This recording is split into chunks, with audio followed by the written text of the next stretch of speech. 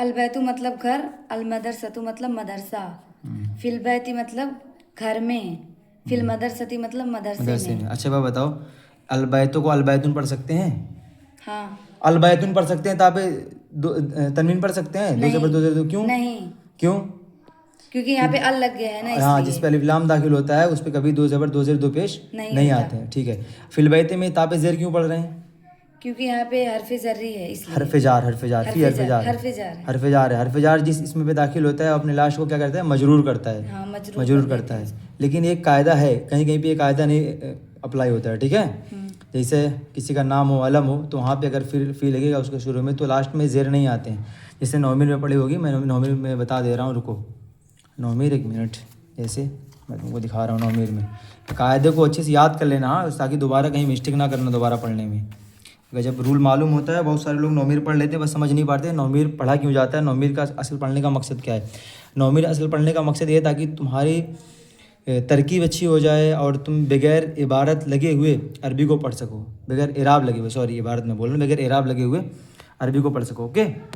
अब देखो मैं बता रहा हूँ। पाँचवीं किस्म गैर मुनसरिफ। अभी देखना, अभी यहाँ पे हरफ जार दाखिल होगा लेकिन लास्ट में मजरूर नहीं पढ़ेंगे हम। क्यों नहीं पढ़ेंगे? क्योंकि अब इसको पढ़ो। पाँचवीं किस्म गैर मुनसरिफ। वहाँ इसमीस की दो सबब अज असबाब मने सर्फ दरू बाशद। बता रहे हैं पाँचवीं किस्म गैर मुनसरिफ है, और गैर मुनसरिफ वो इसमें है कि असबाब मने सर्फ में से दो सबब उसमें हो। असबाब मने सर्फ में से दो सबब उसमें हो। और असबाब मने सर्फ 9 है। अदल, वस्फ, तानीस, मारफा, उजमा, जमा, तरकीब, वज़न फ़ेल, अलिफ नून ज़ायदतान, ठीक है। अलिफ नून ज़ायदतान, ऐसे करो सही से, अलिफ नून ज़ायदतान। अब देखो मैं बता रहा हूँ कि पाँचवीं की अदल है, असबाब मैंने सिर्फ 9 है। अदल, अब मैं एक शॉर्ट मतलब इसका डिफिनेशन बता देता हूँ। अदल कहते हैं किसको हैं? अदल उसे कहते हैं कि अगर कोई लफ्ज़ अपने एक मादे से दूसरे मादे की तरफ उसको कन्वर्ट करें तो उसका असल मादा बाकी रहे। जैसे आमिर से, जैसे उमर बना है आमिर से, तो जैसे मैं एग्जांपल दे रहा हूँ, इसके आप थोड़ा बहुत समझ लेना। अदल होता क्या है? अदल बहुत सारे लोग समझ नहीं पाते हैं, इधर करो मैं समझा दूँ अदल क्या होता है। जैसे हमने लिखा यहाँ पे, देखो एक मिनट, इधर देखो, इधर देखो, उमर हमने लिखा, ठीक है। उमर बना है आमिर से, जल्दी जल्दी समझा रहा हूँ। तो आमिर से, तो अब देखो उमर में मादा क्या है? ऐन मीम रा। आमिर में मादा क्या है? आमिर में मादा क्या है? ऐन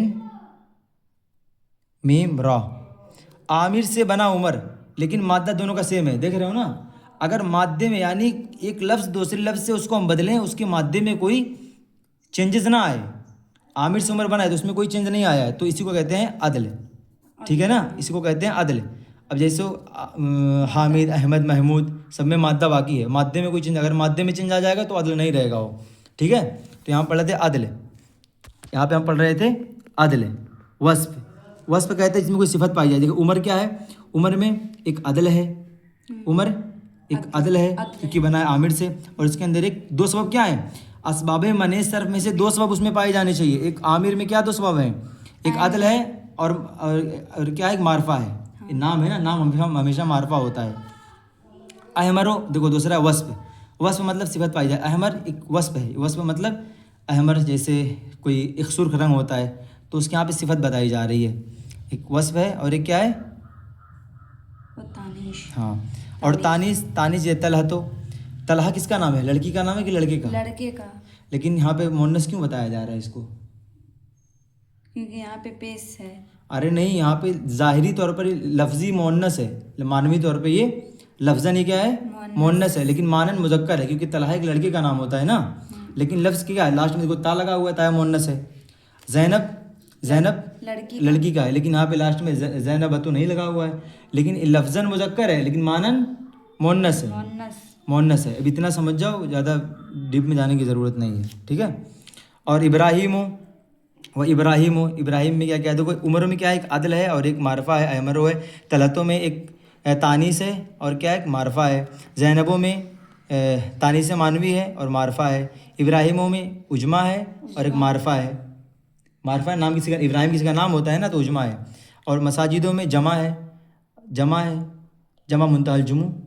दो सौ की क्या मकाम है? मसाजिद की जमा, एक मसाजिद है, इसकी जमा आती है मसाजिद, ठीक है। मादी करब में तरकीब है और वज़न फ़ेल है। तरकीब है मादी करब और एक जगह का नाम है। वज़न फ़ेल जैसे अहमदो, अहमद वज़न फ़ेल है ना, अफ़ालो अहमदो।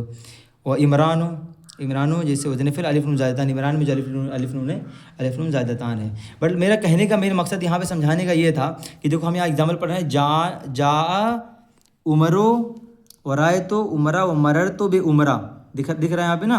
देखो यहाँ बा है लास्ट में, बा हर्फ जार दाखिल है, लेकिन लास्ट में हम क्या पढ़ रहे हैं? ज़बर पढ़ रहे हैं। क्यों? अब यहाँ पे देखो लास्ट में फ़ी हर्फ जार है, लास्ट में हम ज़ेर पढ़ रहे हैं। यहाँ फ़ी हर्फ जार है, लास्ट में ज़ेर पढ़ रहे हैं। अला हर्फ जार है, लास्ट में हम ज़ेर पढ़ रहे हैं, ठीक है ना। लेकिन यहाँ पर हम ज़ेर क्यों नहीं पढ़ रहे हैं? क्योंकि यहाँ पे क्योंकि इसका कायदा है ये कि जब गैर मुनसरिफ है ये, और गैर मुनसरिफ का यहाँ पे जो कायदा है हालत रफ़ाई में ज़म्मा के साथ होगा, यानी पेश के साथ होगा, और हालत नस्बी में फ़तह के साथ यानी ज़बर के साथ होगा। देखो राय तो उमरा और मरर तो बे उमरा, यहाँ पे ये ऑब्जेक्ट है, और ऑब्जेक्ट यहाँ पे इसका कायदा ये बताया गया है कि यहाँ पे हालत जर्री में फ़तह के साथ होगा। ठीक है ना। हाँ, यहाँ पे उमर क्या है? सब्जेक्ट है। यहाँ पे उमर क्या है? यहाँ पे ऑब्जेक्ट बना, यहाँ पे भी उमर, यहाँ पे ऑब्जेक्ट है। जब ये ऑब्जेक्ट बनेगा तो ऑब्जेक्ट बनने की सूरत में हालत जर्री होगा, दोनों सूरत में फ़तह होगा इस पे लास्ट में, ठीक है। यस।